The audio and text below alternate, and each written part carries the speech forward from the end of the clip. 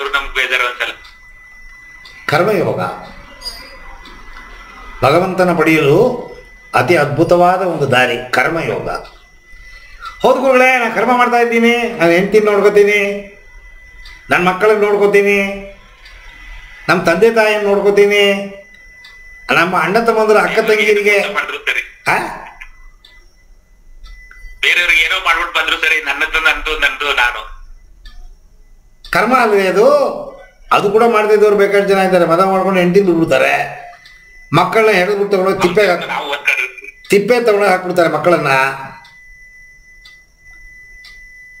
ಕರ್ಮಯೋಗ ಅಂತನ್ನೋದು ನಿಸ್ವಾರ್ಥವಾಗಿ ನಿಷ್ಕಾಮ ಕರ್ಮ, ಯಾವ ಥರದ ಅಪೇಕ್ಷೆ ಇಲ್ಲದೆ ನನಗೆ ಸಂಬಂಧ ಪಡದೇ ಇರುವ ಜನಗಳಿಗೆ ಮಾಡುವ ಕರ್ಮ. ಯಾರು ಮಾಡ್ತಾರೆ? ಬೀದಿ ಭಿಕ್ಷುಕ ಅಮ್ಮ ಅಮ್ಮ ತಿರುಗಿ ಕೂಡ ನೋಡಲ್ಲ, ಸೀರೆ ಇಳಿತಾನ, ಪಂಚೆ ಇಳಿತಾನ, ತಟ್ಟಿ ಬಿಟ್ಬಿಟ್ಟು ಹೋಗ್ತಾ ಇರ್ತೀವಿ. ಅವರೆಲ್ಲರೂ ರೋಡಲ್ಲಿ ಮಲಗಿರ್ತಾನ ಪಾಪ, ನೀರು ಕುಡಿದು ಒಂದು ವಾರ ಆಯ್ತಾ ಏನೋ ಗೊತ್ತಿಲ್ಲ, ಅದೇ ಬಟ್ಟೆಯಲ್ಲಿ ಕಕ್ಕಸು ಉಚ್ಚೆ. ನಾನು ವೃದ್ಧಾಶ್ರಮ ನಡೆಸ್ತೀನಿ, ಅಲ್ಲಿ ಒಂದು ಹೆಂಗಸನ್ನ ಕರ್ಕೊಂಬಂದು ಸೇರಿಸ್ಕೊಂಡೆ ನಾನು.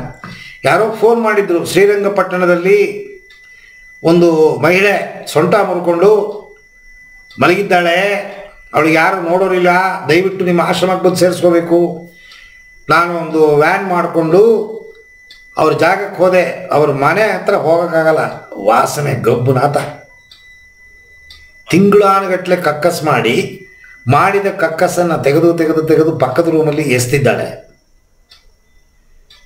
ಆ ಪಕ್ಕದ ರೂಮು ಕಕ್ಕಸ್ ಗುಂಡಿ, ಇವಳು ಮಲಗಿರೋ ಜಾಗ ಉಚ್ಚೆ ಗುಂಡಿ. ಬಟ್ಟೆಯನ್ನು ಬದಲಾಯಿಸೋರಿಲ್ಲ, ಹಾಕಿದ ಬಟ್ಟೆಯನ್ನು ಹಾಕೊಂಡೇ ಇದ್ದಾಳೆ. ಎಲ್ಲ ಕಡೆ ತೂತ ಹರಿದೋಗಿದೆ. ಉಚ್ಚೆ ಏನದು? ಆ್ಯಸಿಡ್ ಅದು, ಎಲ್ಲ ಹರಿದು ಮೈಯೆಲ್ಲ ಕಾಣ್ತಾ ಇದೆ. ವಯಸ್ಸೊಂದು 70 ವಯಸ್ಸಿರೋದು, 65 ವಯಸ್ಸಿರೋದೆ ಹೆಂಗಸಿಗೆ. 4 ಜನ ಮೈದನ, 4 ಜನ ಗಂಡನ ಕೂಡ ಹುಟ್ಟಿದವರು, ಯಾರು ನೋಡಲ್ಲ ಅವಳನ್ನ. ಅಕ್ಕಪಕ್ಕದಲ್ಲಿರೋರು ಬೆಳಗ್ಗೆ ಒಂದು ಸತಿ ತಿಂಡಿ ಯಾವುದೋ ಒಂದು ಮನೆಯವರು, ಮಧ್ಯಾಹ್ನ ಯಾವುದೋ ಒಂದು ಮನೆಯವರು ಊಟ ಮಾತ್ರ ನಡೀತಾ ಇತ್ತು, ಅವಳು ನೋಡೋರಿಲ್ಲ. ಸರಿ, ನಾನು ನರ್ಸ್ಗಳನ್ನೆಲ್ಲ ಕರ್ಕೊಂಡ್ಬಂದು ಅವಳ ಸ್ಟ್ರೆಚ್ಚರಲ್ಲಿ ಹಾಕಿ ಆ ವ್ಯಾನ್ ಒಳಗಡೆ ಅವಳ ಮಲಗಿಸಿ, ಎಲ್ಲ ಗಟ್ಟೆ ಆಗೋಗಿದೆ ಕೂದಲು, ವರ್ಷಾನುಗಟ್ಟಲೆ ಬಾಚಿದೆ. ನಾನೇ ಕಟ್ಟಿಂಗ್ ಮಾಡಿದೆ ಅವಳಿಗೆ, ಆ ಹೆಂಗಸಿಗೆ. ಅಮ್ಮ ಅಂತ ತಿಳ್ಕೊಂಡು ನಾನೇ ಸ್ನಾನ ಮಾಡಿಸ್ದೆ. ಸುಮಾರು 3 ತಿಂಗಳಾಯ್ತು ಆ ದೇಹದಲ್ಲಿರೋ ವಾಸನೆ ಹೋಗಕ್ಕೆ. ಜಂಬ ಕೇಳ್ಕೊತೀನಿ ಅಂತಲ್ಲ, ಒಬ್ಬರಿಗೆ ಮಾಡಬೇಕು ಅಂತನ್ನೋ ಮನಸ್ಸು ನಮಗೆ ಬರೋದೇ ದೊಡ್ಡ ಗುಣ. ಕರ್ಮದ ಒಂದು ಮಾರ್ಗ ಅದು. ಹೆಂಡತಿಗೆ ಮಾಡೋದು ಹೆಚ್ಚಲ್ಲ, ಮಕ್ಕಳಿಗೆ ಮಾಡೋದು ಹೆಚ್ಚಲ್ಲ.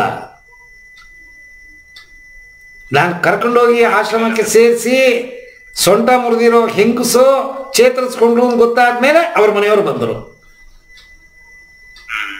ಅವಳ ಸಂರಕ್ಷಣೆಗೆ ಆಮೇಲೆ ದುಡ್ಡು ಕೊಟ್ಟರು ಮಾಡೋದು ಬೇರೆ ಇದು. ಆದರೆ ಬಿದ್ದಿದ್ದವಳ ಗಮನಿಸೋರೇ ಇಲ್ವೇ? ಶುದ್ಧವಾದ್ಮೇಲೆ ಅವ್ರಿಗೆ ಯಾಕೆ?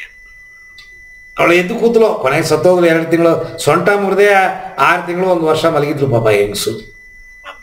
ನಮ್ಮ ಆಶ್ರಮಕ್ಕೆ ಬಂದು 2 ತಿಂಗಳಿದ್ರು, ತೀರೋಗ್ರು.